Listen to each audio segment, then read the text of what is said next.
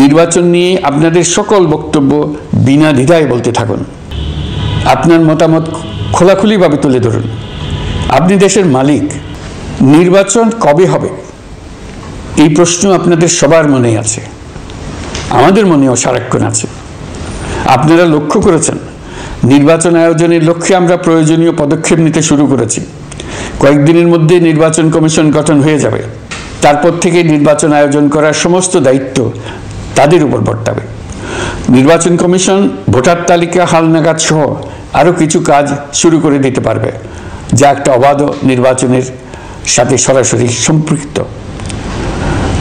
প্রথমবারের মতো প্রবাসী বাংলাদেশিরা পোস্টাল ব্যালটের মাধ্যমে যাতে তাদের ভোটাধিকার প্রয়োগ করতে পারে সে লক্ষ্যেও সরকার কাজ করছে।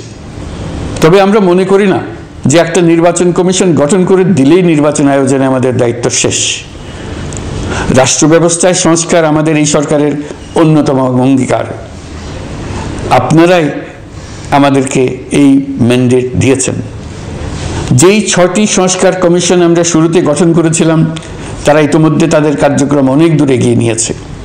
বিভিন্ন গণমাধ্যমে আপনারা তাদের কার্যক্রমের আপডেটও দেখছেন। কয়েকটি সংস্কার কমিশন ডিজিটাল প্ল্যাটফর্ম গঠন করেছে। আমার অনুরোধ, আপনারা এই প্ল্যাটফর্মে উৎসাহ সহকারে আপনাদের মতামত জানাতে থাকুন। প্রথম 6টি সংস্কার কমিশনের মধ্যে একটি হলো নির্বাচন সংস্কার কমিশন। নির্বাচন অনুষ্ঠানের জন্য এই কমিশনের সুপারিশমালা অত্যন্ত জরুরি। তাদের প্ল্যাটফর্মে যান, আপনার মতামত খোলাখুলিভাবে তুলে ধরুন। আপনি দেশের মালিক। আপনি বলে দিন আপনি কি চান, কিভাবে চান। নির্বাচন নিয়ে আপনাদের সকল বক্তব্য বিনা দ্বিধায় বলতে থাকুন। আপনার মনের কথা তুলে ধরুন। আমার অনুরোধ, সংস্কারের কথাটাও একই সঙ্গে বলুন। সংস্কারকে পাশ কাটিয়ে যাবেন না। নির্বাচনের কথা বলার সঙ্গে নির্বাচন ও অন্যান্য ক্ষেত্রে সংস্কারের কথাটিও বলুন।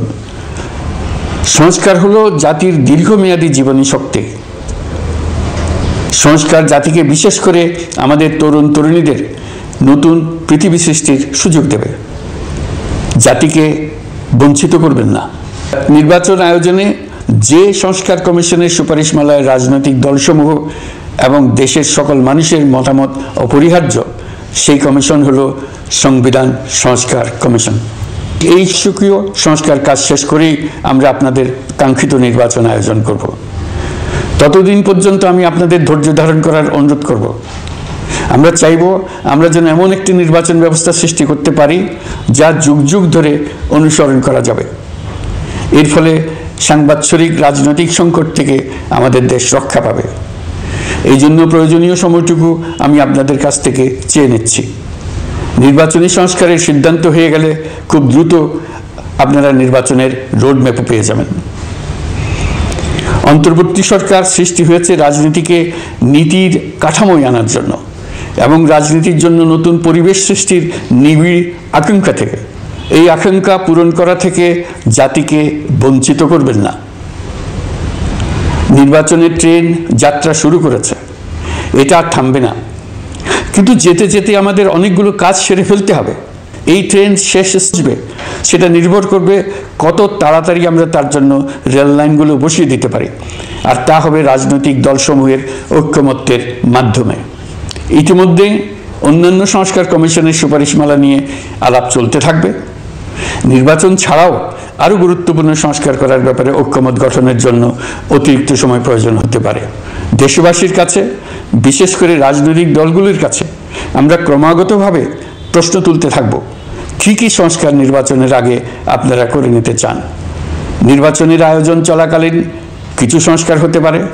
সংস্কারের ব্যবসায়ী, শ্রমিক, কৃষক নির্বিশেষে সবার কাছে আহ্বান জানাচ্ছি।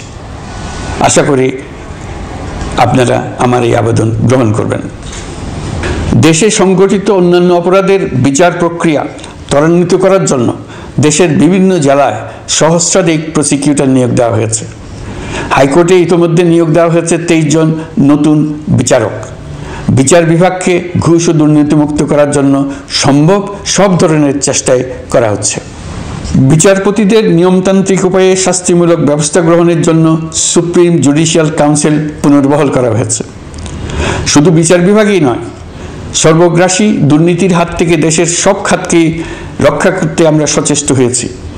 দুর্নীতি দমন কমিশন পুনর্গঠনের কাজ প্রায় শেষ পর্যায়ে। দুর্নীতি ও অর্থ পাচারে অভিযুক্ত প্রভাবশালী 150 ব্যক্তির তালিকা তৈরি এবং 79 জনের বিরুদ্ধে অনুসন্ধান শুরু হয়েছে। 15% হারে আয়কর পরিশোধ করে অপ্রদর্শিত পরিসম্পদ অর্থাৎ কালো টাকা সাদা করার বিধান বাতিল করা হয়েছে।